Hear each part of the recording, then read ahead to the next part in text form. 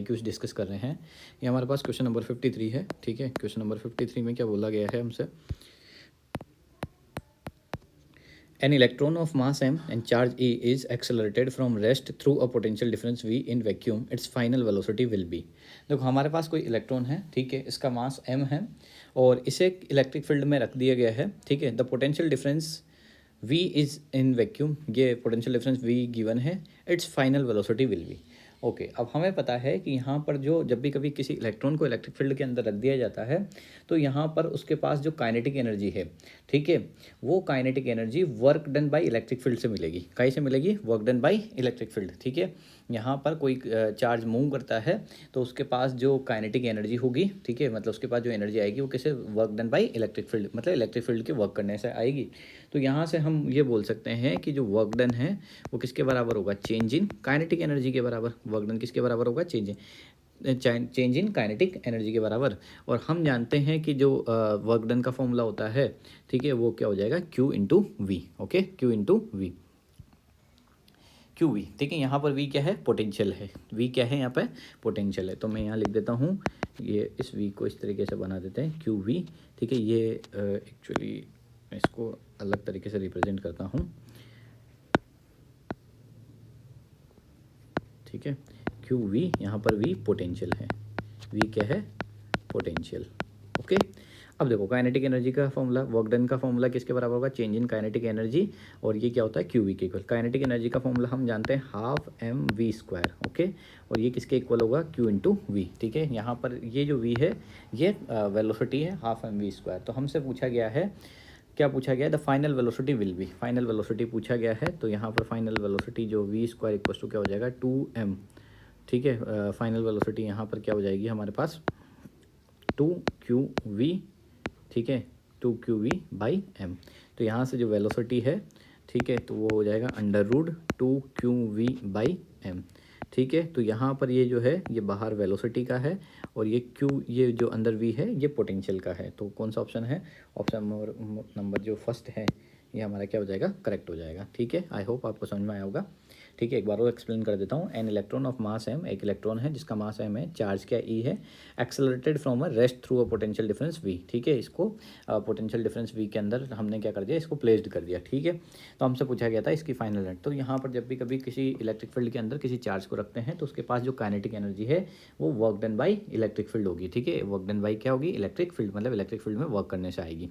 तो half M V square equal to क्या होगा? Q V. तो यहाँ से वी स्क्वायर की वैल्यू निकालेंगे तो 2qv बाई एम हो जाएगा। तो अंडर वी की value under root 2qv by M हो जाएगा। ओके, बढ़ते हैं नेक्स्ट क्वेश्चन की तरफ। क्वेश्चन नंबर 54 के बारे में बात करते हैं। When a proton is accelerated through 1 volt then its kinetic energy will be. ठीक है, जब एक प्रोटॉन है इसको 1 वोल्ट, ठीक है, एक्सेलरेट कर रहे हैं 1 वोल्ट से, तब इसकी काइनेटिक एनर्जी क्या होगी? तो हमें अभी भी पढ़ा है कि change in kinetic energy work done के बराबर होता है और वो किसके बराबर होता है? क्यू वी के। ओके, वर्क डन जो है चेंज इन काइनेटिक एनर्जी के इक्वल और वर्क डन का फॉर्मूला क्या होता है? Q into V. ओके, तो हमसे पूछा गया है देन इट्स काइनेटिक एनर्जी, मतलब हमसे काइनेटिक एनर्जी पूछा है। तो क्यू चार्ज है, ठीक है, तो का चार्ज कितना है? और पोटेंशियल 1 वोल्ट है। चार्ज प्रोटॉन के बराबर है, मतलब 1 ले सकते हैं, 1 बोल सकते हैं इसको, और यहाँ पर 1 वोल्ट हो जाएगा। ठीक है, तो काइनेटिक एनर्जी जो है यहाँ से क्या आ जाएगा? 1 eV। ठीक है, ये काइनेटिक एनर्जी का फॉर्मूला आ जाएगा। ठीक है, यहाँ प्रोटॉन पे चार्ज उतना ही होता है जितना इलेक्ट्रॉन पे होता है, तो 1 e ले लिया है। पोटेंशियल हमें 1 वोल्ट गिवन है यहाँ पे, तो यहाँ पर 1 v लिया है, तो 1 eV। तो काइनेटिक एनर्जी कितना हो जाएगा? 1 eV। तो कौन सा नंबर करेक्ट हो जाएगा? 54 का फर्स्ट वाला करेक्ट हो जाएगा। ठीक है, बढ़ते हैं next question. Question number 55। A parallel plate condenser with oil between the plates has a capacitance C। ठीक है, इनका कैपेसिटेंस क्या है? C। If oil is removed then capacitance of a capacitor become. देखो हम ये जानते हैं कि जो कैपेसिटर का कैपेसिटेंस होता है वो होता है epsilon not A by D. ये कब होता है? जब बीच में प्लेट्स के बीच में कुछ भी नहीं हो, कोई डाइलेक्ट्रिक नहीं रखा हो, विदाउट डाइलेक्ट्रिक। ओके, और एक हम जानते हैं सी इज होता है के times of epsilon not A by D. ये फॉर्मूला कब यूज़ करते हैं? ठीक है, इसको सी डैश बोल देता हूँ। ये होता है हमारा विद डाई इलेक्ट्रिक। क्या होता है ये हमारा?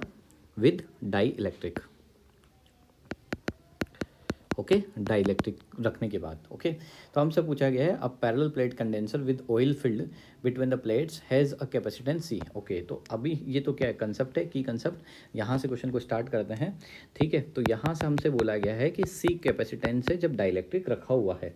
ठीक है, तो epsilon naught A by D ये हो गया। ठीक है, अब हमसे पूछा if the oil is remove then the capacitance of a capacitor become. जब ऑयल को रिमूव कर दिया, जब हमने ऑयल को यहाँ से रिमूव कर दिया तब कैपेसिटर क्या हो जाएगा।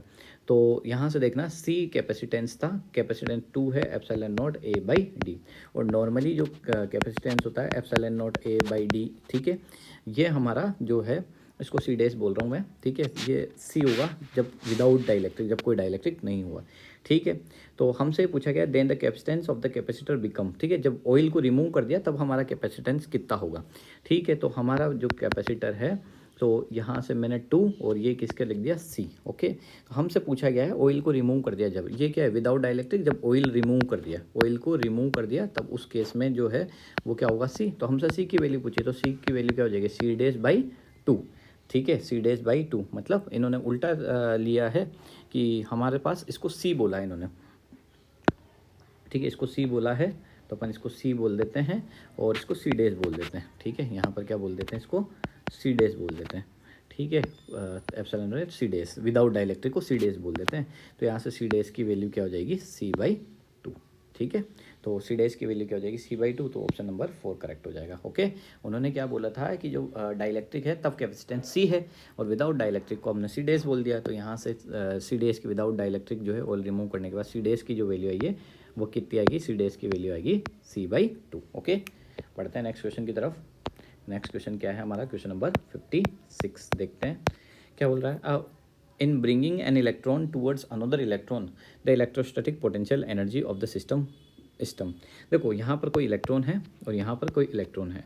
अब ये इलेक्ट्रॉन और ये इलेक्ट्रॉन दोनों एक दूसरे की तरफ आ रहे हैं। In bringing an electron towards another electron the electrostatic potential energy of the system. तो इनकी इलेक्ट्रोस्टैटिक पोटेंशियल एनर्जी क्या होगी। तो देखो ये जो दोनों नेगेटिव चार्ज है ये खुद से तो एक दूसरे के पास नहीं आएंगे, तो इनको लाना पड़ेगा, और लाना पड़ेगा तो हमें क्या है जो एक्सटर्नल वर्क करना पड़ेगा। ठीक है, एक्सटर्नल एजेंट अगर वर्क करेगा तो फिर उस केस में क्या हो जाएगा, पोटेंशियल इंक्रीज हो जाएगा। क्यों, क्योंकि एक्सटर्नल वर्क होगा तो यहाँ पर पोटेंशियल क्या हो जाएगा, इंक्रीज कर जाएगा। तो इस केस में क्या होगा, पोटेंशियल इंक्रीज कर जाएगा। तो ऑप्शन नंबर सेकंड क्या हो जाएगा, करेक्ट हो जाएगा। बढ़ते हैं नेक्स्ट क्वेश्चन की तरफ।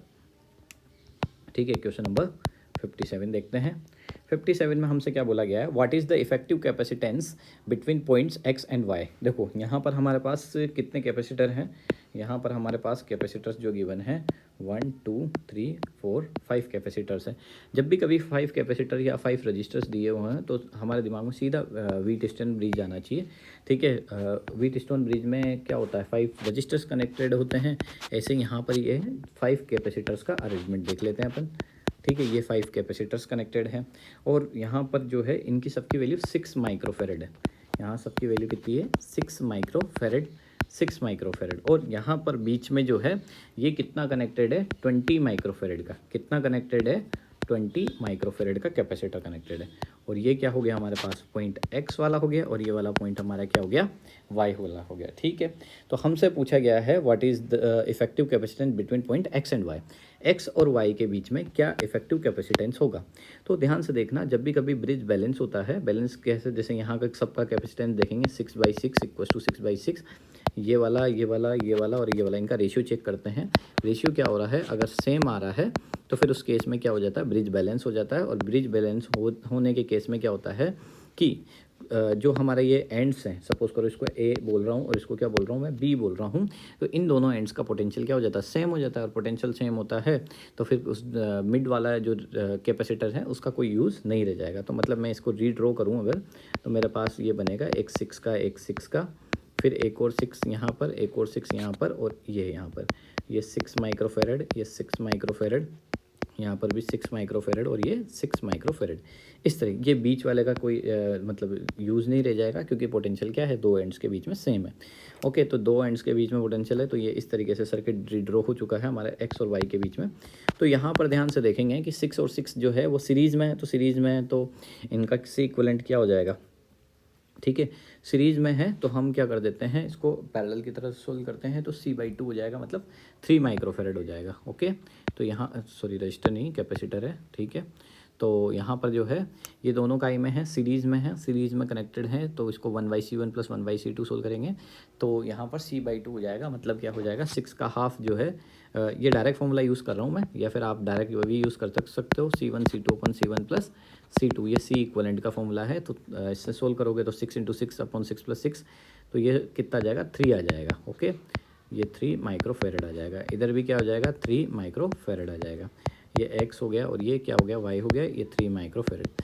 अब 3 और 3 दोनों पैरेलल में हैं, तो पैरेलल में क्या हो जाता है सिंपली, ठीक है, हमारे पास जब 3 और 3 पैरेलल में है, पैरेलल में हम क्या कर देते हैं C इक्वलेंट निकालने के लिए सिंपली ऐड कर देते हैं, 3 + 3 कितना हो जाएगा 6 माइक्रोफेरेड हो जाएगा। ठीक है, तो ये ऑप्शन नंबर क्या हो जाएगा हमारा 4th करेक्ट हो जाएगा। ठीक है, यहाँ तक समझ में आ रहा है अच्छे से, कोई दिक्कत नहीं है एक एक क्वेश्चन में।